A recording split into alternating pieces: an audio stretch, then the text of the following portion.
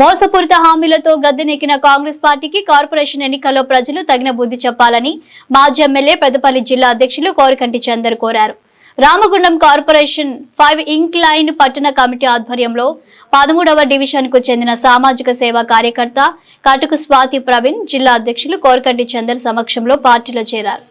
అనంతరం మాట్లాడుతూ అబద్ధపు ప్రచారాలు, దొంగ హామీలతో అధికారంలోకి వచ్చిన కాంగ్రెస్ పార్టీకి ప్రజలు గుణపాఠం చెప్పాలని కోరారు.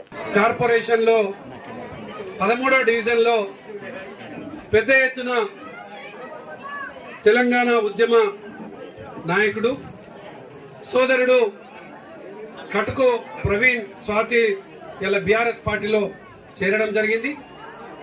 ఈ చేరిన సందర్భంగా ఆ తమ్ముడిని మొట్టమొదటిగా జరగబోయేటువంటి కార్పొరేషన్ ఎన్నికలలో అభ్యర్థిగా కూడా ప్రకటించడం జరుగుతూ ఉన్నది.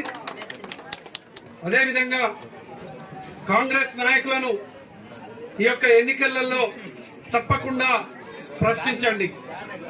ఆనాడు ఎన్నికల సమయంలో అభయహస్తం పేరిట 2500 మహిళా సోదరులకు ఇస్తామని, 4000 రూపాయలు పెన్షన్ ఇస్తామని, స్కూటీలు ఇస్తామని, అదేవిధంగా కళ్యాణ లక్ష్మి తులం బంగారం ఇస్తామని హామీలు ఇవ్వడం జరిగింది.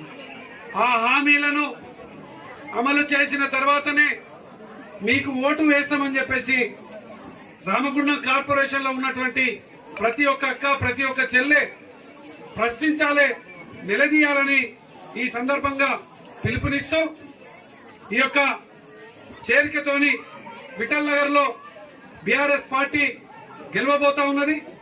ఈ యొక్క కార్యక్రమంలో పాల్గొన్నటువంటి ప్రతి ఒక్కరికి కూడా హృదయపూర్వకమైనటువంటి ఉద్యమ వందనాలు తెలియజేస్తూ ముగిస్తా ఉన్నాను.